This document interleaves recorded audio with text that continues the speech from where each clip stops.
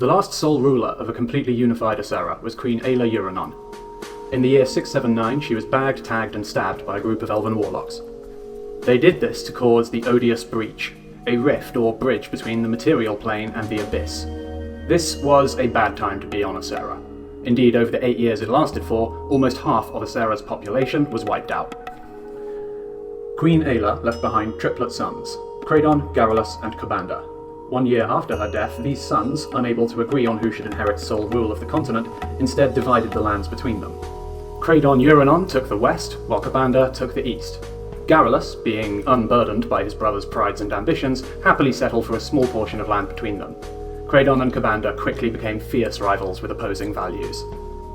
During the chaos of the breach, orcs arrived on Osserra for the first time.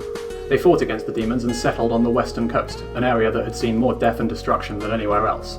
Their arrival was not altogether welcome, but their contributions to the fight against the demons were simply too strong to pass up. The breach also caused the Elevated Vision, a previously passive and peaceful religion, to reform its ideals in the face of such adversity. Instead of worshipping only one god of peace and preservation, they now taught that there were two, and that they should always be worshipped in balance. Kreydon, Cobbander, the Orcs, and the Elevated Vision banded together to form a coalition. This coalition wiped out the demons and sealed the breach in the year 687. As elves were responsible for both the breach and the death of the much-loved Queen Euranon, their race was now at best mistrusted and at worst attacked on sight by Osserrans.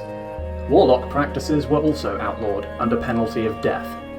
It was during the Breach War that the process of Arcanum crystallization was somehow discovered. Given their ability to losslessly store arcane energies, these crystals quickly skyrocketed in value. Exporting the crystals allowed Osserra to bounce back rapidly from the destruction of the breach.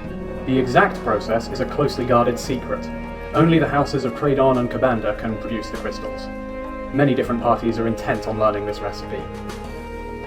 The huge amounts of wealth that were now being transported overseas allowed the Shipping Guild to grow from an innocuous organisation to a highly influential and powerful player on the Osserran stage.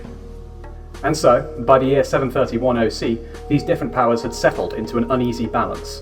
Tensions remained high, and it wouldn't take much for the balance to tip in one direction or another.